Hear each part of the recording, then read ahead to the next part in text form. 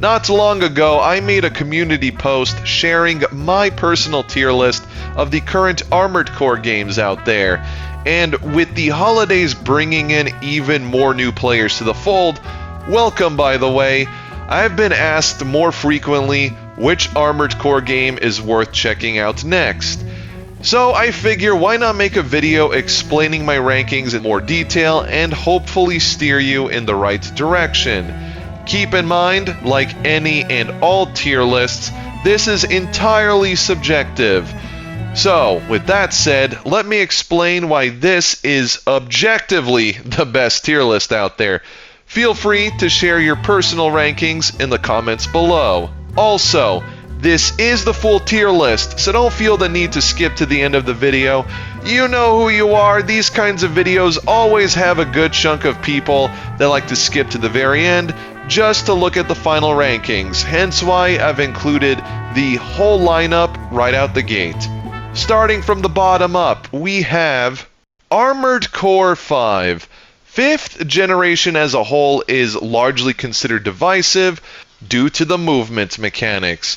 Because at the time, most players, new players mind you, that got into the series via Armored Core 4 and 4 Answer, did not like the toned down speed. They instantly missed the breakneck, quick boosting adrenaline rush that 4th generation had to offer. And for Armored Core veterans like myself, it felt like a weird, dumbed down attempt to achieve a middle ground that still could have been improved upon. Even though you can still do some crazy maneuvers in 5th gen, it wasn't as mainstream as the previous two games were. Still, I do commend From Software for expanding their multiplayer features starting with this game, and I would rank it a little higher for that alone, but I still consider this the weakest entry in the entire series. Closing off B rank is Armored Core Project Phantasma. This was a fun and enjoyable game. It's just that it didn't feel like as much of a leap as you'd expect from a sequel to Armored Core 1. Now, it did introduce some cool new features, don't get me wrong, but compared to other direct sequels other games were getting at the time, it left a little bit more to be desired, and compared to the other two first-gen games, I ended up not replaying this one as often. It's still worth checking out, especially if you intend to see what all of first-generation Armored Core games have to offer. Next up is Armored Core 9breaker. And you have no idea how much I wanted to rank this one higher, as it's one of my personal favorite entries. Maybe you can tell from my emblem in Armored Core 6, but still, I tried to be as unbiased as I could at least while ranking these games, and 9breaker lacks substance. It doesn't have a single-player campaign. You heard that right. So all the players out there that tried to convince everyone else that Armored Core has always been a single-player experience clearly have not played this game. Or 5th gen. Or Armored Core Formula Front. Because From Software always liked pushing Armored Core versus Armored Core combat. That's why they always included split screen up to a certain point, the arena, and eventually online multiplayer. This game was to improve skills in those specific scenarios, and it helped me personally, especially going to Last Raven, which is more than what I could say for the friends that I knew that skipped out on this entry. Bonus points that this was the last game to include an iteration of 9-ball to date. And no, I am not counting the one from Last Raven. So if 9breaker was the boot camp of AC games, you can say Formula Front was IGPX. Shout out if you know what I mean. Essentially replacing the post-apocalyptic high-stakes setting with AC teams going head-to-head for the top spot. I was not expecting that either when my friend recommended me checking out this game years ago. But nonetheless, it was very refreshing and fun. In fact, I would say that if From ever decides to explore more spin-offs for Armored Core games, they should try their hand at something like this title in the future. Armored Core 2 Another Age is a weird one. Unlike most of the sequels on this list that are strict upgrades, this one's more or less a side grade. It has a lot of missions, but completely removed the arena, which bummed me out a lot. To this day, I really don't feel like revisiting this one, but the saving grace is some missions are pretty memorable, especially the ones that have cool cameos. I won't spoil who or what you go up against. So much so that I thought these sorts of missions were going to be mainstays in later entries. Sadly, this was the first and last time they decided to do this. Going into A rank with Armored Core Verdict Day. Wait, didn't I say 5th gen was divisive? Yes. Yes, I did. But that doesn't take away the fact that this was the exception to the rule, as Verdict Day was the most multiplayer-rich experience of any From Software game, not just an Armored Core. It had something for everybody, and the single player was just as enjoyable, with some cool plot revelations along the way. The issue is that if you wanted to play this game for the multiplayer, you sadly can't anymore, as the servers are no longer up and running. I'm not sure if there's a way around that. Regardless, it was still fun while it lasted. Armored Core Nexus being ranked this high might be a hot take, but I believe this game gets way more hate than it actually deserves. Does it have flaws? Yes. Does every game on this list have flaws? Also, yes. But it's sad to see some players miss out on this game entirely, simply due to all the backlash they hear about it. Sometimes from people that never played the game for themselves, just echoing the same notion that they hear about it.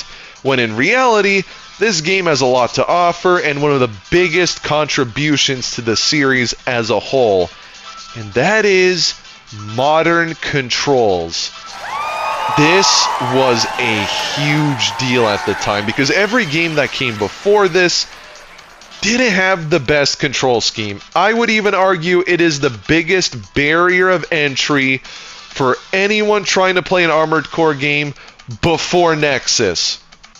Sure, there will be some people advocating for the default control, saying that is the true Armored Core experience, but for the average gamer, you are going to have a tough time. Even someone like me, who has already experienced these games, has a tough time going back to the clunkiness of the original control scheme. There's not much to say about Armored Core Master of Arena, other than it's the game from first gen that had the most to offer, and the one that feels like a true sequel, especially if you're starting out in Armored Core 1. Really, it was from this point onward that set the recipe of Armored Core's success and what laid the foundation of the series moving forward. However, I would still rank the original Armored Core ahead of it, as it was the genesis of the entire series. That alone carries so much weight, it cannot be overlooked.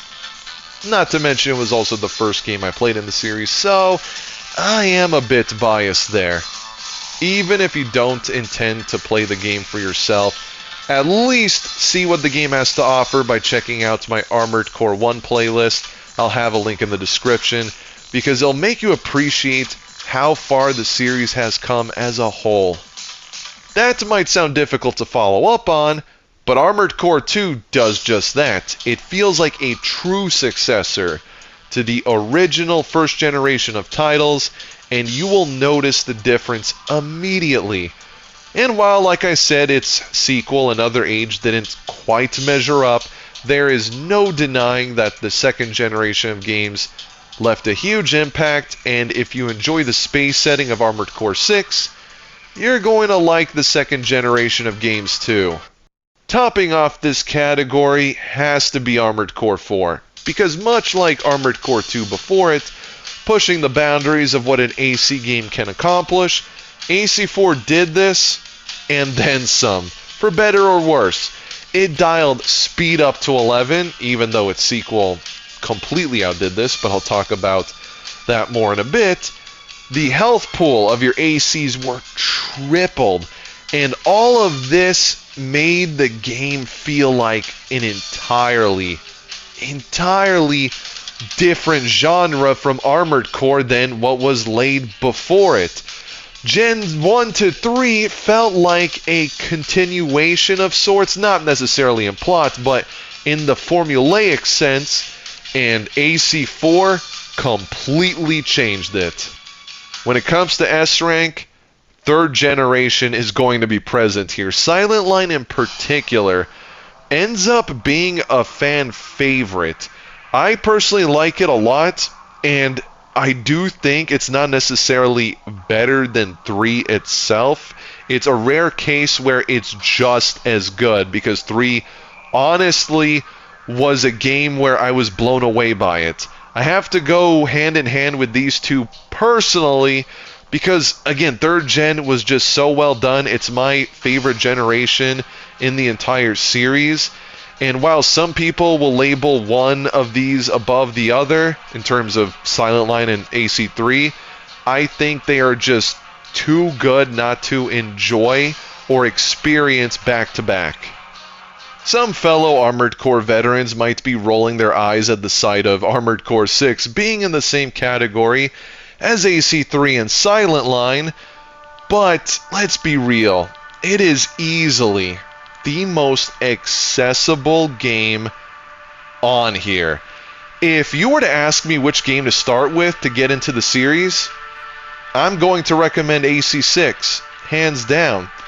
The single player is one of the better ones, even though it could use some additional features like co-op, and the multiplayer leaves much to be desired. It's certainly no Verdict Day in that respect.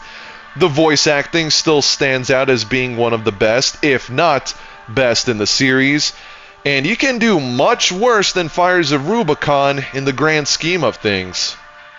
Surprisingly, in Cleric's community tier list, none of these games made it to the S Plus category. That's why you see the percentages on the side. But I have to disagree with that. The two games I'm about to go over easily stand above the rest, in my opinion at least. Armored Core Last Raven takes everything I love about third gen and refines it. On top of that, the addition of destructible parts adds an extra layer of challenge, even though it might be too much for some players. In fact, I'm going to say right now, do not make Armored Core Last Raven your first game outside of AC6. Just do not do that. You might even stop playing the game at one point because it is such a trial by fire experience. Regardless, I love it. I would love to see the return of destructible parts. Maybe that would be a mistake, but I'm still going to say it from, if you're watching this, bring it back. Let everyone take into account different scenarios when building their ACs. Also, something tells me controller sales would go up just because of this feature. Finally, there's Armored Core 4 Answer, which is probably the second best-selling game on this list next to AC6. And it can be properly described as gotta go fast simulator. Too fast if you ask me. I still prefer the quick boost speed from AC4, but hey, there's still people that love this game for the absolute ridiculous ability of quick boosting across the map in one go and not having to land your AC due to unlimited EN supply. It is, quite frankly, the power fantasy game in the series, and I loved every second of it. Well, that's going to do it for this tier list. If you enjoyed this, please be sure to like the video, leave a comment, and subscribe so you don't miss the next one. And until next time, take care.